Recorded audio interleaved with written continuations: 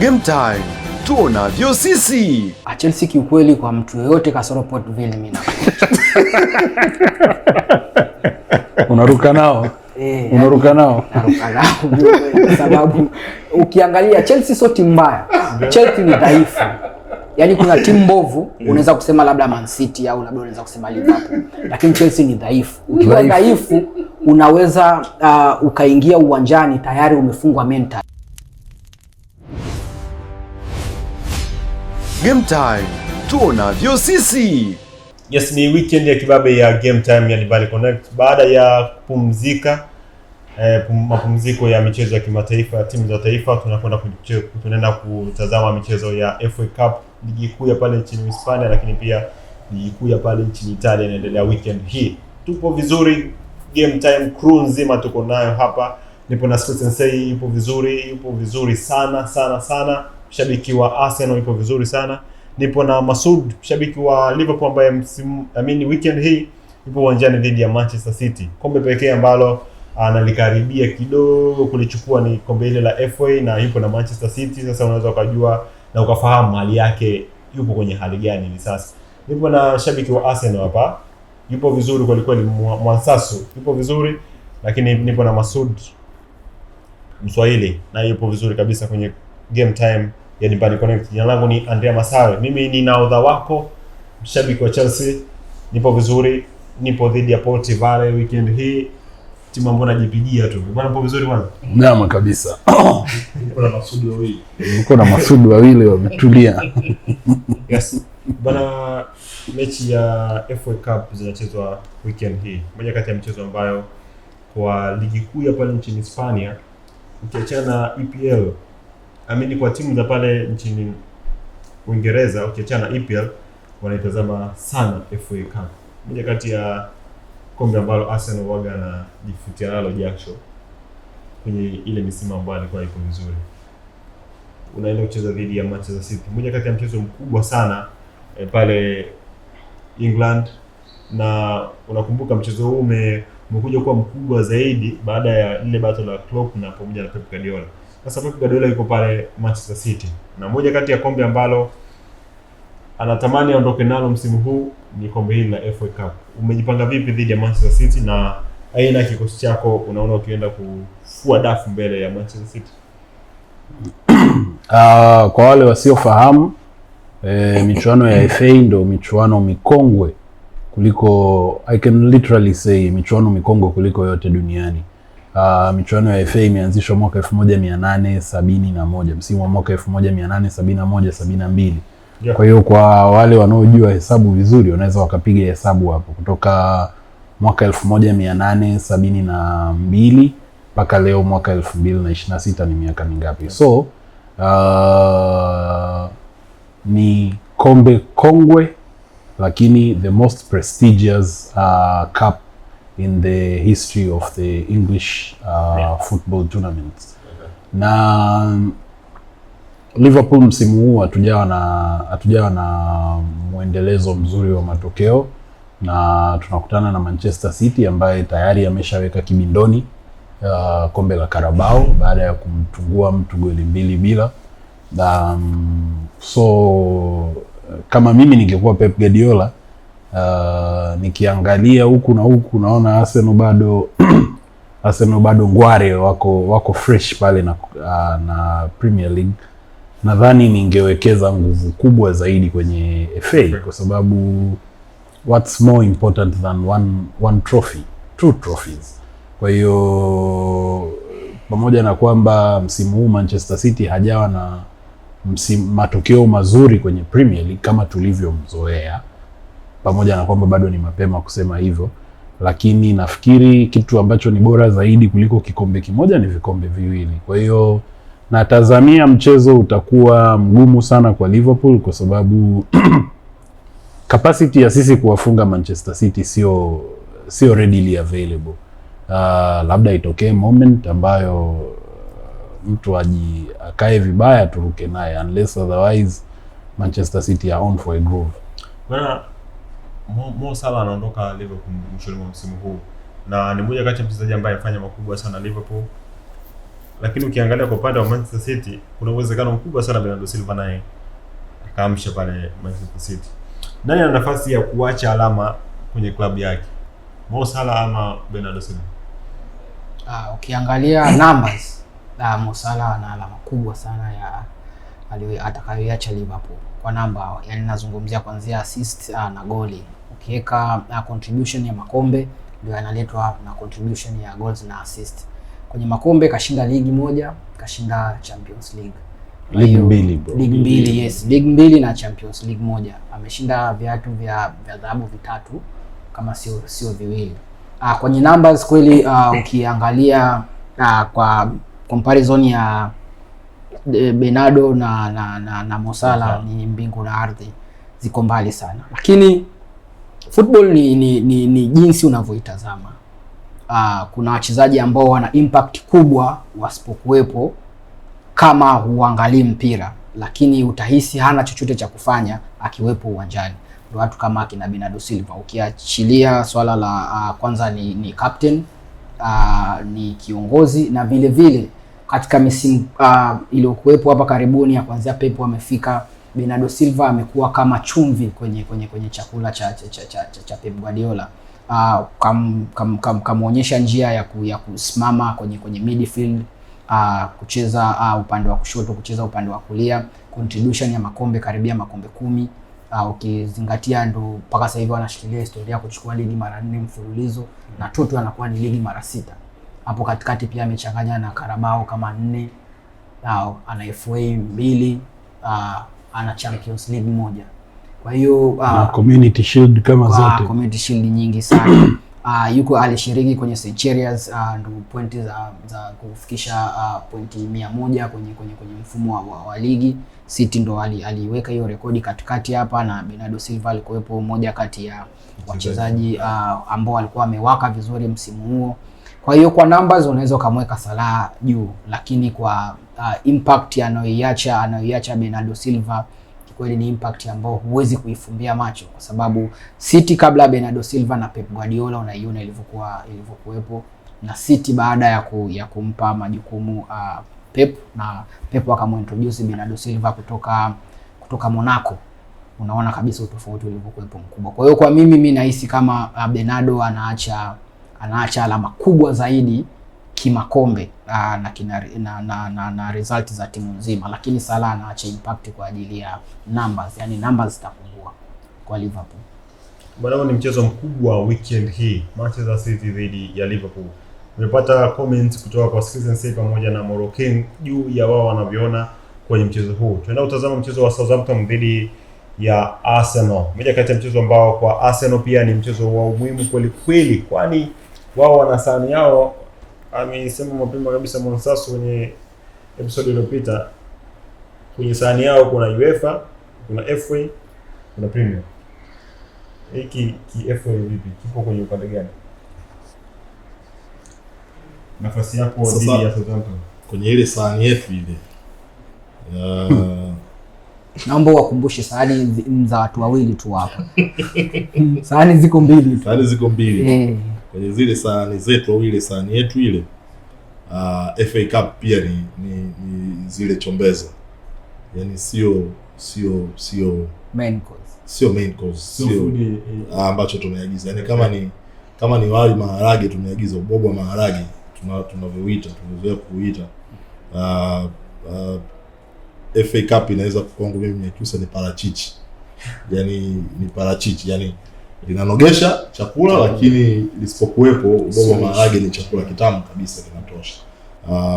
Nani inaweza kuwa pilipili Carabao ambayo tulifungwa finali. Kwa hiyo sio katika mimi ningekuwa Mikel Arteta, wiki hii ndo mechi za kina Gabriel Jesus kucheza, wachezaji ambao hawapati nafasi mara kwa mara ya kucheza, kwa sababu mind you unacheza weekend Jumamosi dhidi ya Soton, alafu Jumanne una mechi dhidi ya Sporting CP. Kwa hiyo na majeruhi wenu wengi. Majeruhi wetu wengi. Hakuna mwenye haki ya kubisha kama hakuna majeruhi, kwa sababu hapa hakuna daktari. Yaani ripoti ya daktari, watu wako Moisela hii hapa. Nimekumbushia nyama unaonekana hapa. Nimekumbushia katika wachezaji wetu ambao tunao Moisela. Kwa hiyo hili sio kombe ambalo tunatakiwa tuweke nguvu. Ni kombe ambalo tunatakiwa tu. But again, Arsenal ndo mabingwa wa kihistoria wa FA. Yes.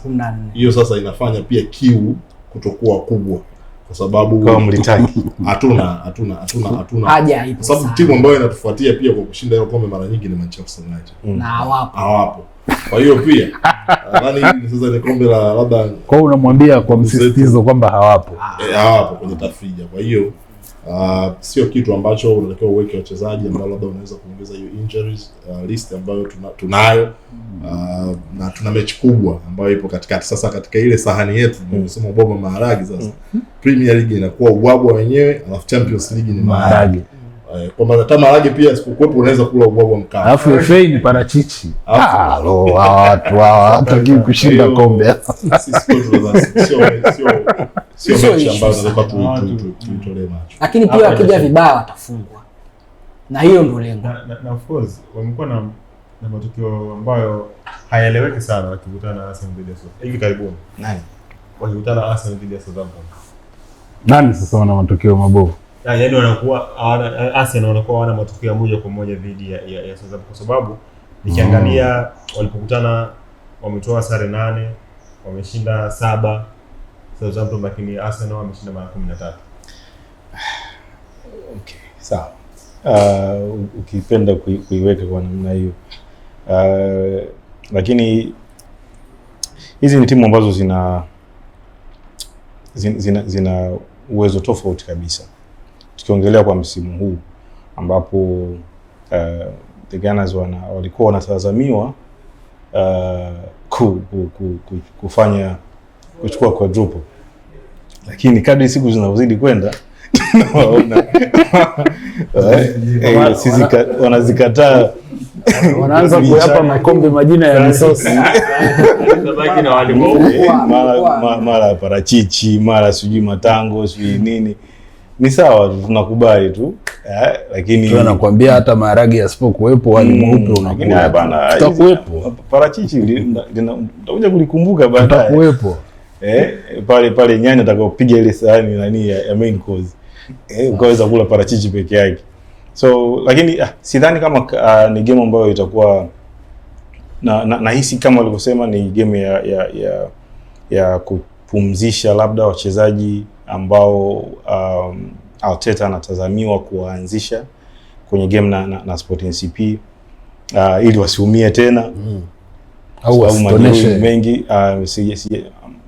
Mchezaji ambaye anajulikana mpaka sasa hivi yuko nje ni Odegaard na Timber.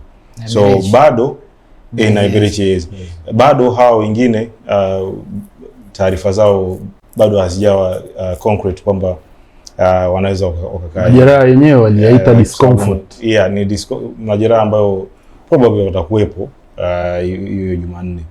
So ni game ambayo inatazamia Arsenal kushinda kirahisi, wala isiwe na shida nyingi. Maybe itokee hiyo ya Maiti kumng'ang'ania muoshaji ambayo itatushangaza, lakini that's football. Kwa hiyo ni game nyepesi naona kwa Arsenal. Bwana, huo mchezo wa Arsenal, moja kati ya mchezo ambao kwa Arsenal wao pia wanalitaka sana kombe la FA, kwa sababu msimu huu ni moja ya kikosi ambacho ni moja ya timu ambayo ina kikosi bora sana pale Uingereza. Bwana, Chelsea wapo uwanjani dhidi ya Port Vale, moja kati ya mchezo ambao kwa Chelsea wanauendea mchezo huu wakiwa kwenye kikosi chao kidogo kiwa baeleweki kidogo.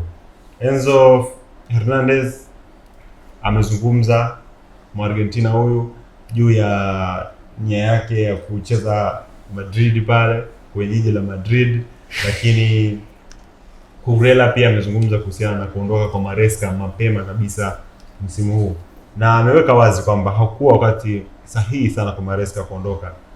Ameshauri na alishauri na alitarajia pia Maresca kama kulikuwa kuna mabadiliko ya Maresca basi ingefanyika mwisho wa msimu, sio katikati ya msimu. Sasa Chelsea inakuwa inacheza mchezo wa FA. Ni timu ambayo inacheza na timu ambayo ni underdog kwa Chelsea, lakini hali ya kikosi, hali ya nasema hali ya kiusalama kwa wachezaji wa Chelsea itaathiri mchezo huu wa FA. Kwa timu wanaocheza nao Chelsea, akifungwa Chelsea ni habari ya kusisimua.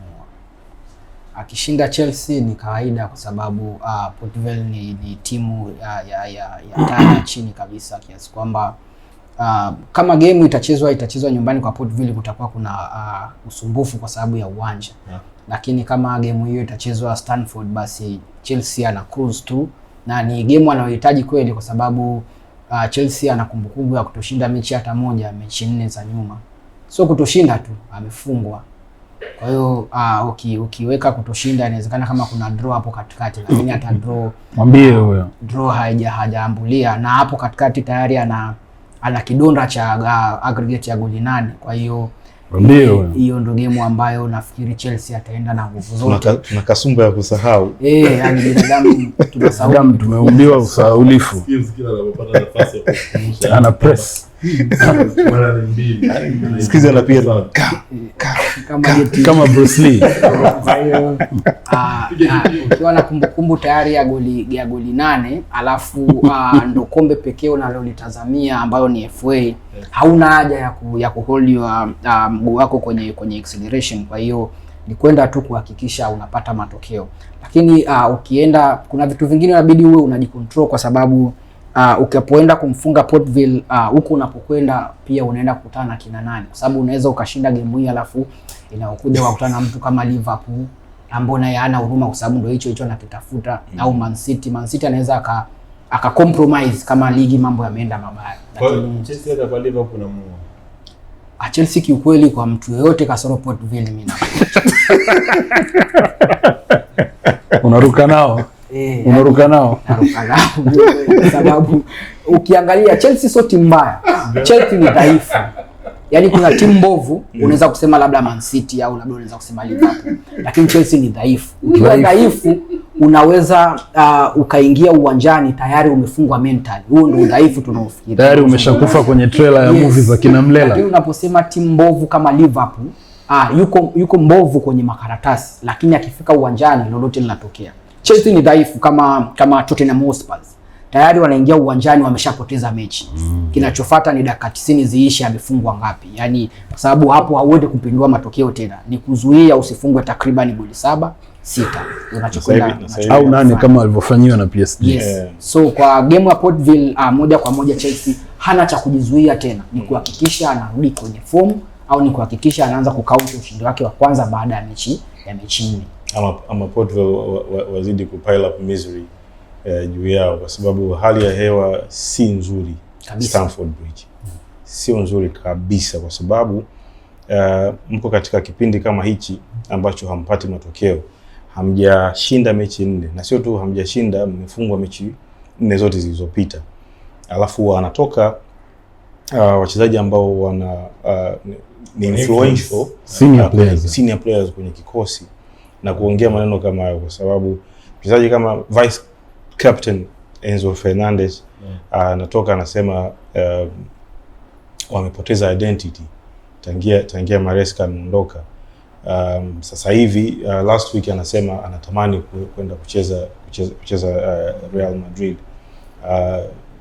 Kukurea naye anafanya interview ndefu kuanza kucompare alivyokuepo Enzo Maresca na Liam Rosenior, akiwatupia jiwe body kwa namna wanavyoiendesha timu, kwa sababu kusema kwamba alitegemea kwamba at least Maresca amalize msimu, labda ndio mabadiliko yafanyike, lakini mabadiliko yamekuja kufanyika katikati ya msimu na yameleta shida nyingi. Kwa hiyo hata kama amemsifia Liam Rosenior, lakini ni kama vile amemngonga kwenye kisogo, kwa sababu once ukishasema kwamba it's obvious alikuwa anatamani aendelee kufundishwa na Enzo Maresca, na inaonekana sio yeye tu peke yake. the whole timu ilikuwa inatamani waendelee na Enzo. Sasa ikishafika namna kama hiyo, mambo ni mengi. Kama skills alivyosema, unaingia umeshapoteza. Wale watoto kule na wenyewe wanaingia wanakung'ang'ania. Wanapata goli moja, wanaanza kukaba kama vile vibaka wa nani wa Manzese. Sasa inaweza ikawa shida pia. Wanaweza tusiwaone Chelsea wakipata matokeo kirahisi. Lakini wanaweza pia wakashinda goli nyingi. Yes, bwana, baada ya kuangalia mchezo ya FA Cup pale nchini Uingereza, tunaenda kuangalia mwendelezo wa ligi kuu ya pale nchini Hispania. Moja kati ya mchezo mkubwa unapigwa Atletico Madrid dhidi ya FC Barcelona. Moja ya bato ambayo inakutana mara nyingi zaidi msimu huu ni bato hii ya Atletico Madrid dhidi ya FC Barcelona. Mpaka hivi sasa ni mara 3 wamekutana. Mara ya 3 sasa hivi wanakutana. Hii inakuwa ya 4. Ya mara ya 4. Itakuwa mara ya 4. Mara ya 4. Barcelona dhidi ya Atletico Madrid kwenye ligi. Ipi nafasi ya Hans Flick pamoja na Diego Simeone kuondoka na alama 3? Barcelona naona atakuwa na mchezo mgumu zaidi kwa sababu Atletico Madrid dalili za yeye kuwa bingwa wa La Liga ni ndogo sana. Ukiangalia kwenye ule mchuano ambao upo ni ndogo sana. Yes, sasa hivi kwa namna ambavyo imebaki ni kama timu ambayo inatafuta tu kujihakikishia hiyo nafasi ya kwenda kucheza European football kwenye msimu unaofuata. Sasa Barcelona anaongoza ligi nadhani kwa difference ya point 4 dhidi ya Real Madrid. Point 4 dhidi ya Real Madrid. Kwa hiyo anahitaji huo mchezo ili aendelee kukaa kileleni. Kwa hiyo yeye kwake atakuwa na mchezo mgumu zaidi. Mind you, hapo kuna mchezo pia unaokuja wa Champions League. Kwa hiyo najua wamekutana hizo mara 3, katika mara 3 Barcelona ameshinda mara 2, Atletico Madrid ameshinda mara 1. Kwa maana michezo Copa del Rey 2 na mchezo wa La Liga wa kwanza 1. Basi yeye ndo atakuwa na wakati mgumu kwa hayo mazingira ambayo tunasema, kwa sababu timu hizi zinakutana baada ya siku kadhaa tu hapa kutoka kucheza kwenye La Liga.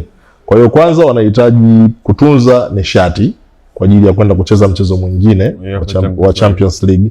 Lakini pia Barcelona anahitaji huo mchezo ili aendelee kukaa kileleni kwa gap la points la points hizo ku maintain hiyo without consideration ya Real Madrid atapata matokeo gani kwenye mchezo wake. Either atashinda au atatoa draw, whatever. Anahitaji hizo point 3 ili aweze ku maintain hiyo. Of course hata akipoteza, kwa sababu gap ni point 4, bado inabaki point 1, lakini atauhitaji zaidi. Ila namuona yeye atakuwa kwenye changamoto kubwa, kwa sababu yeye ndo anaona ile title ya La Liga iko pale kuichukua, na anaona kuna hiyo nafasi ya kuchukua hayo makombe mawili kwa maana ya Champions League na La Liga.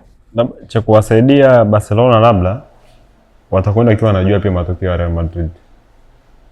Maana Real Madrid wataanza kucheza then watacheza. Inaweza kuwa msaada mzuri. Kama sasa maana Real Madrid akishinda, of course kama nilivyosema, gap la point 4 hata akipoteza bado point 1 inabaki, lakini una uhakika gani kwamba hiyo point 1 unaweza ukaimaintain mpaka mwishoni mwa msimu? Ukishinda kama Madrid akipoteza, maana litakuwa gap la point 7. Itahitaji katika michezo ambayo inabaki upoteze michezo hiyo michezo 3. Sasa huoni pia hiyo kwa namna games zilizobaki kwamba Barcelona anaweza kupoteza. Kwa hata hitaji kwa namna yote kucapitalize. Lakini mchezo pia wa Real Madrid utasema unaweza kufanya ikapunguza pressure ya mchezo au ikaongeza pressure ya mchezo ambao utafuata baadaye. Masud, hebu fanya wewe ni Hans Flick. Ungefocus na game gani zaidi? Hii ya mwanzo ama ya UEFA Champions League? Ending unakutana na the same opponent. Yeah. Ujue kwa taarifa hizi timu mbili niliwahi kumsikia Gareth Bale akiwa kwenye kipindi cha Overlap, akasema hakuwahi kudhani mentality ya Real Madrid kwamba wao ni bora wachukue kama wapo kwenye makombe mawili, kwamba wanafukuzia ubingwa wa La Liga na Champions League, ni bora wachukue Champions League kuliko La Liga. Alafu ni vice versa kwa Barcelona. Kwa Barcelona ni wao it's prestige kuchukua La Liga kuliko lakini hiyo kuweka pembeni. Umeniuliza kama ningekuwa Hans Flick, siwezi kuwa Hans Flick, lakini ninaona kwa namna ambavyo matarajio yake ya yeye kupumzika na kuhangaika na soka, atatamani kuondoka on a high note. Kuondoka kwenye high note ni kuchukua labda Champions League na huko akiwa na nafasi ya kuchukua La Liga. So sioni sehemu ambayo anasema anaweza akalegalega kusema eti ni bora nichukue huku niache huku. Na ninaona anaweza akatamani kusema kwamba namaliza miaka yangu hapa Catalonia, basi niondoke hapa nikiwa nimejiwekea historia yangu kwa kuchukua makombe makubwa. So sioni kama anaweza akachagua moja. Kama ana uwezo wa kuchukua yote, ataenda kuchukua yote. Mimi nadhani labda swali ningeulizwa mimi kwamba ningekuwa Hans Flick. Previous season Hans Flick amechukua La Liga, si ndio? Na ilibaki kidogo, ilikuwa inaonekana ni timu ambayo ilikuwa inapata nafasi kubwa ya kwenda kuchukua Champions League. Kabla hatujapata ile mechi nzuri ya kusisimua baina ya wao, finali ambayo sio finali. Mimi ningekuwa Hans Flick, nguvu zangu zote ningewekeza kwenye Champions League, kwa sababu kuna ile hamu au shauku ya kutaka kitu ambacho hujakipata kwenye sehemu ambayo upo. Let's assume, tunaassume kwamba labda msimu unaokuja tunasema labda Hans Flick hata endelea tena, of course mkataba utakuwepo nadhani mpaka 2027. Kwa hiyo unapata kile ambacho sasa kinakuwa kipo hapa kwenye hiyo nafasi. Mimi ndo nasema mimi ningekuwa Hans Flick, nguvu ningewekeza zaidi kwenye Champions League, kwa sababu kuna test tayari nimeshaipata ya kuwa bingwa wa La Liga. Of course hamu haishi ya kuchukua makombe kwa timu yoyote ambayo inacheza mpira kila wakati, lakini Champions League akiileta, na ukijumlisha kwamba Barcelona wana muda mrefu hawajachukua ubingwa wa Ulaya. Last time ni 2015, ndio 2015 Luis Enrique. Kwa hiyo ni miaka 10, muongo mmoja umeshapita, kombe hilo hawajaliona Catalonia. Last season walikuwa wanaliona hili hapa likapotea. Nadhani safari hii angeweka nguvu zaidi kwenye Champions. Ningekuwa Hans Flick, ningeweka nguvu zaidi kwenye Champions.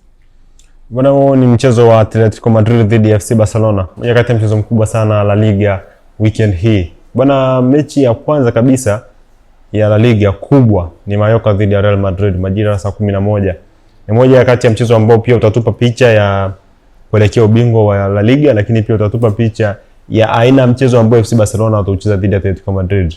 Kumbuka hizi timu mbili, Mallorca na Real Madrid, zimekutana mara 18. Ni michezo minne tu Real Madrid ajaibuka na alama 3. Katoa sare michezo miwili, kafungwa michezo miwili.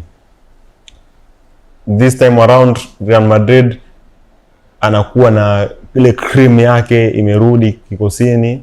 Ninazungumzia Mbappe amerudi, lakini pia tulimuona Valverde akiwa kwenye performance nzuri sana.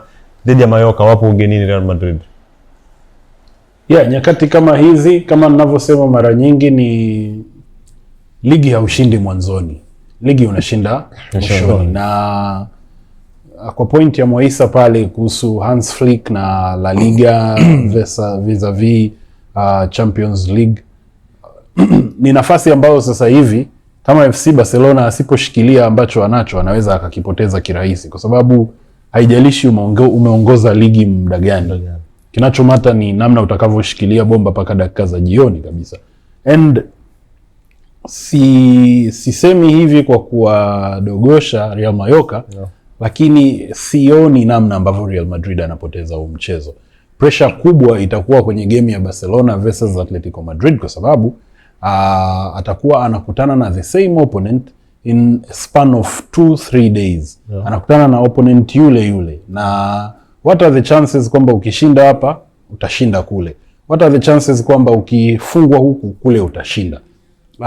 So sioni namna ambavyo Real Mallorca anaweza akamfunga Real Madrid, kwa sababu right now Real Madrid hawana muendelezo mzuri sana wa matokeo, hawachezi convincingly, lakini in the end wanashinda, na in football that's all that matters, winning games. Sasa Real Madrid yupo kwenye Champions League, lakini yupo pia kwenye mbio za La Liga, na anasubiri ni kama fisi anavyoona binadamu akitembea na mkono, anakuwa anasubiria ule mkono uanguke. Kwa hiyo Real Madrid anasubiri points kwa Barcelona zianguke ili na yeye hawezi kucapitalize. Lakini mechi 7-8 bado ni mechi nyingi sana ambazo yoyote anaweza akakimbizana. Nadhani kuna head to head, si ndio?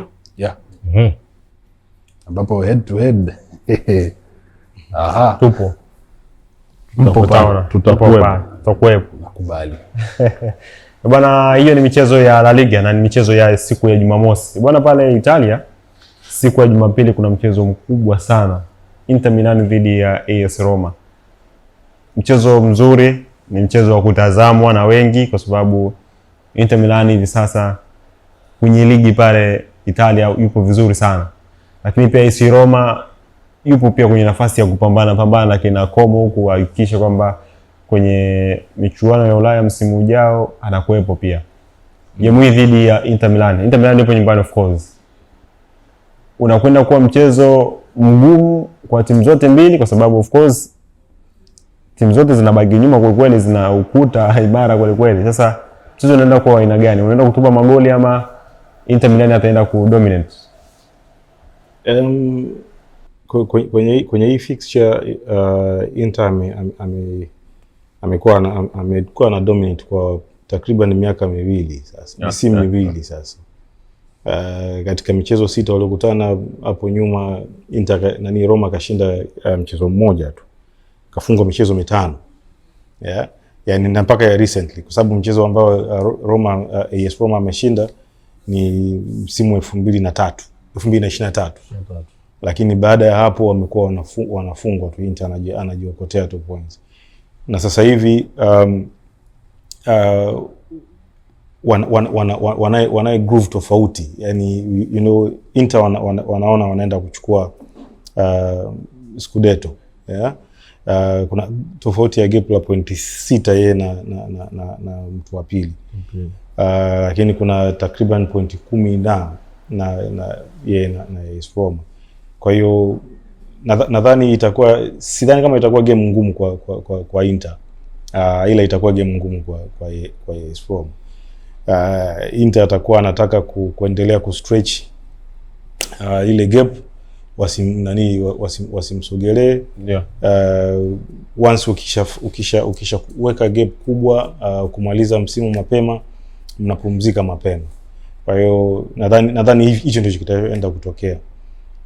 Naelewa AS Roma wakiwa nafasi ya 6 watakuwa na tamani kupambana katika nafasi 4 za juu, kucheza Champions League msimu ujao, ama mashindano yote ya Ulaya msimu ujao.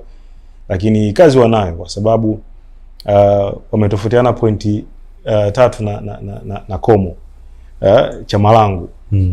Wakati Como Jumapili, nadhani Jumapili, yes, watacheza na Udinese Jumatatu. Kitu kama hicho. Kwa hiyo sioni usumbufu wa Roma kwa Inter. Sioni matokeo ambayo sioni kama watashinda hiyo game. Ushindi wao mkubwa nadhani unaweza kuwa draw, lakini pia sioni kama wataipata. Kwa hiyo naona ni game ambayo Inter ataendeleza ubabe dhidi ya AS Roma na kuendelea kujikita pale kwa kileleni. Kwa upande wa Napoli dhidi ya AS Milan, hii game inapigwa Jumatatu, I mean. Hatuwezi tukaiacha pia. Hatuwezi kuiacha, na itakuwa mechi nzuri kwa sababu Napoli wana timu ambayo iko vizuri na haijaachana sana na AC Milan in terms ya wachezaji ambao wanao kwenye squad. Ukiangalia squad za timu zote mbili, ukiangalia pia kinafasi, hawajaachana sana. Kwa hiyo itakuwa mechi yenye upinzani mkubwa. Sidhani kama itakuwa imeachana sana kama ambavyo Masudi amesema mechi ya Roma na Inter. Wao nadhani mechi yao inaweza ikawa iko kwenye mizania ambayo haijaachana kwenye umbali mkubwa.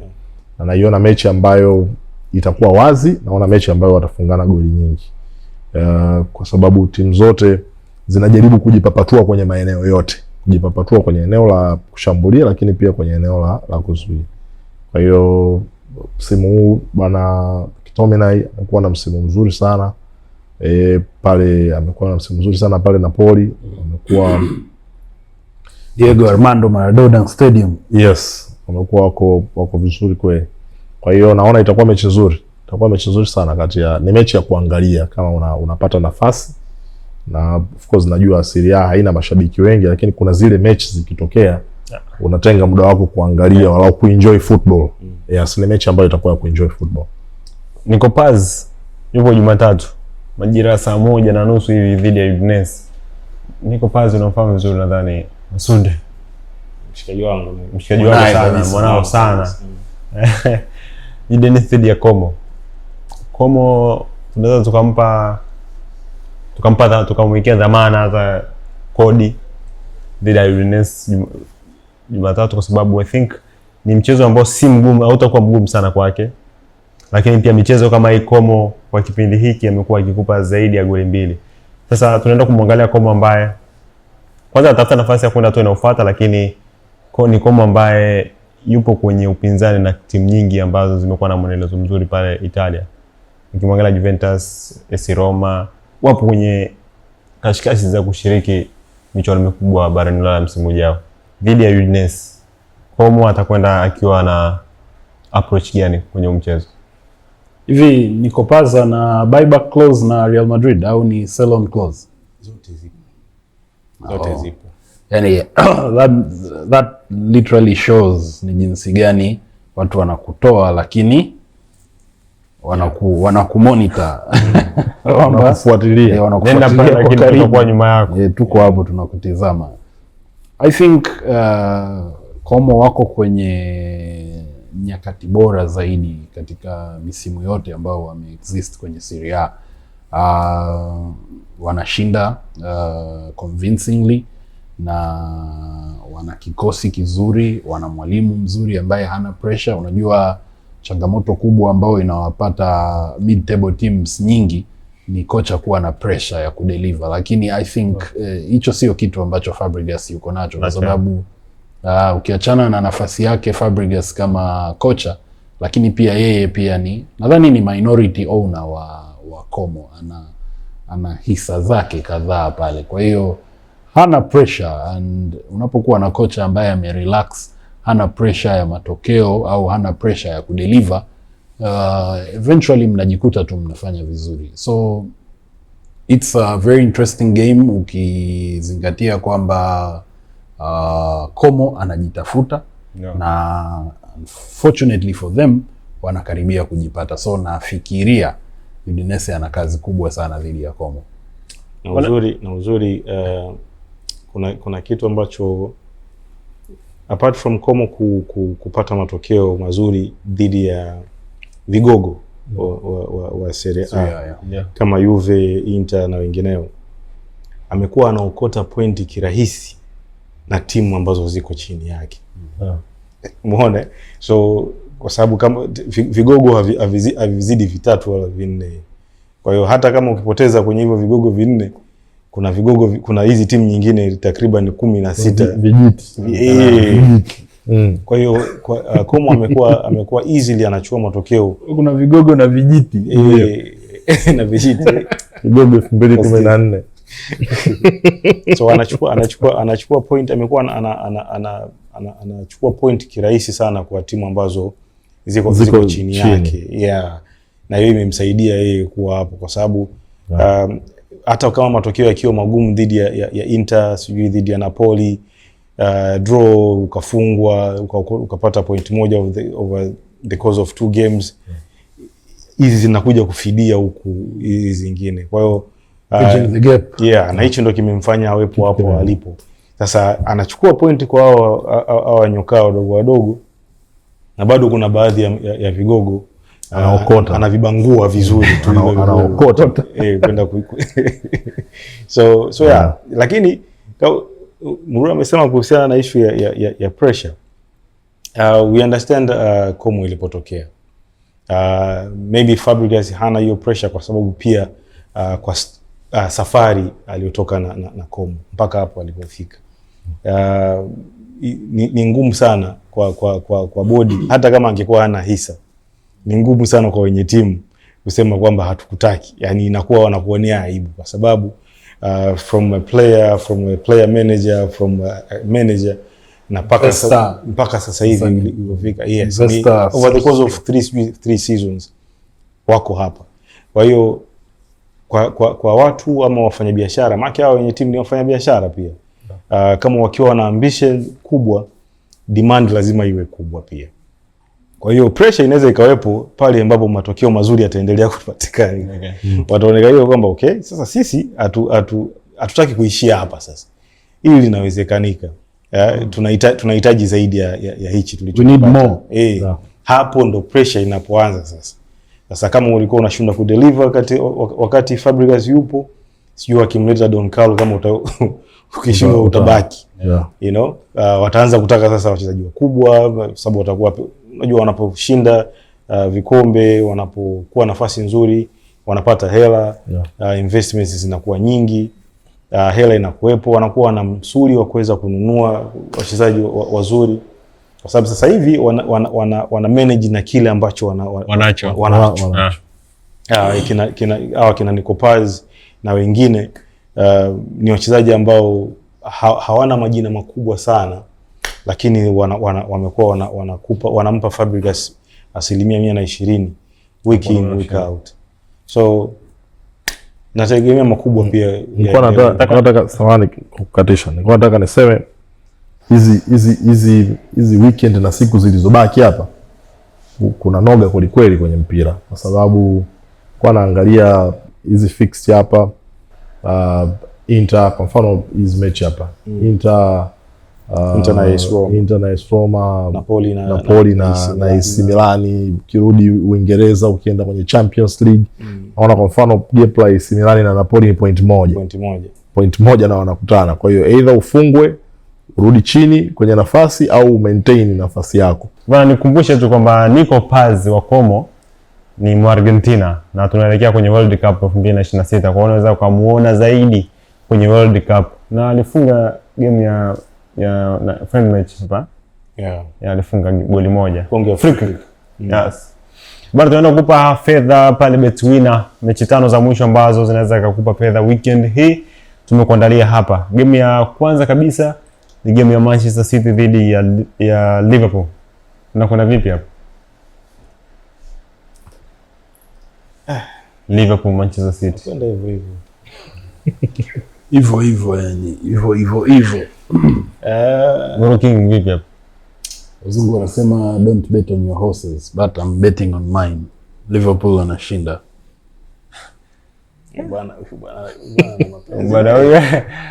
Bwana huyu anazingua sana. Sema wewe naye utofautiani na Andrew. Mimi sio kama Andrew. Andrew amezidi bro. Wewe una mahaba na mapenzi. Brother, wanakandwa tena. Liverpool wanakandwa tena. Najua ni vivyo hivyo. Watafungana. Watafungana. Atletico Madrid dhidi ya FC Barcelona.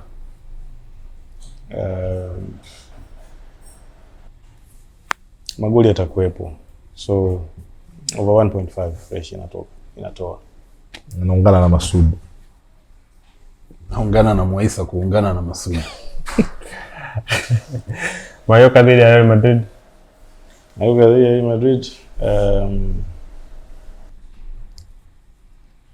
Madrid atashinda.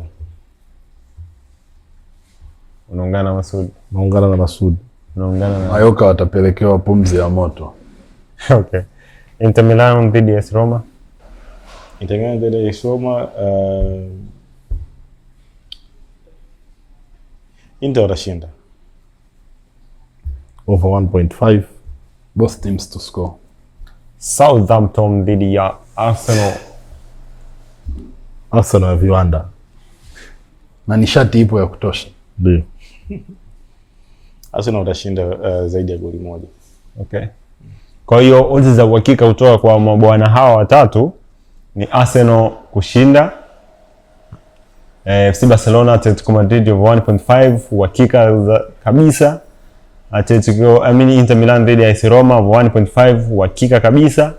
Lakini game nyingine ni game ya Manchester City dhidi ya Liverpool over 1.5 uhakika kabisa, lakini pia Real Madrid mfuate moja kwa moja. Nadhani hapo nimeweka vizuri.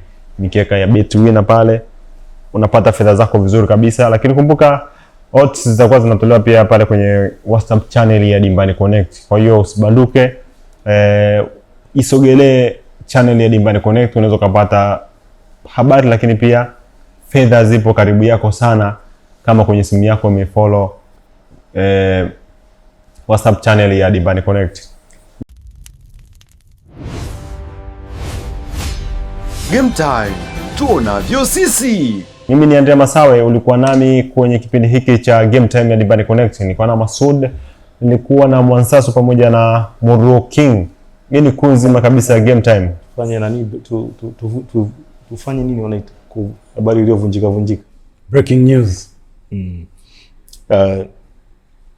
Roberto De Zerbi amekubali mkataba wa miaka 5 kwa habari zilivyofikia tukiwa mtamboni. Breaking news. Yes. Uwe na wakati mwema.